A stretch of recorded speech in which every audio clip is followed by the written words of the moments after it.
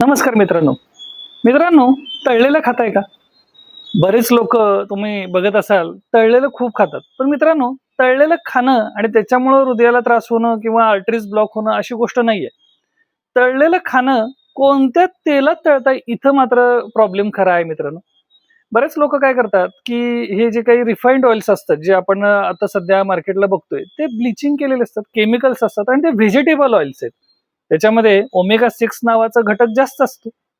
आणि हे तेल ऑलरेडी ऑक्सिडाइज केलेले असतात, त्यांना गरम केलेलं असतं, हीट केलेलं असतं, प्रक्रिया केलेली असते.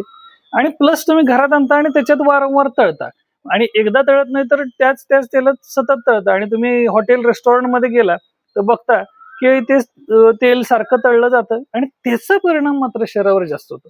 आणि हे जे काही मग ओमेगा 6 असेल किंबहुना हे व्हेजिटेबल्स ऑइल्स असतील, हे मग शरीरामध्ये सूज, आर्थरायटिस आणि काही गोष्टी ज्या असतात त्या सगळ्या निर्माण करतात आणि मग ओव्हरऑल शरीराला त्रास द्यायला लागतात. त्यामुळं खोबरेल तेल जे कोकोनट ऑइल आहे, ते याच्यासाठी चांगलं आहे, की ते थोडंसं हीट रेझिस्टंट असल्यामुळे त्याच्यामध्ये गोष्टी तळू शकता.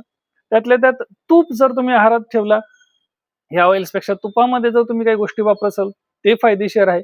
त्यातल्या त्यात तुम्ही जर शेंगदाणा तेल प्रिफर केलं, तर ते त्यातल्या त्यात चांगलं आहे. चांगलं तेल प्रिफर करा. शक्यतो घाण्याचं तेल जर तुम्ही प्रिफर केलं, वापरलं, तर चांगलं फायदेशीर राहील. कारण ते तेल ब्लिचिंग किंवा केमिकल रहित असतं आणि ओरिजिनल असल्यामुळे त्याचं ऑक्सिडेशन झालेलं नसतं. तर त्या दृष्टीनं तुम्ही तेल वापरायला हरकत नाही. त्यामुळे तळलेलं खाताना तेल कुठलं वापरताय हे नक्की पहा.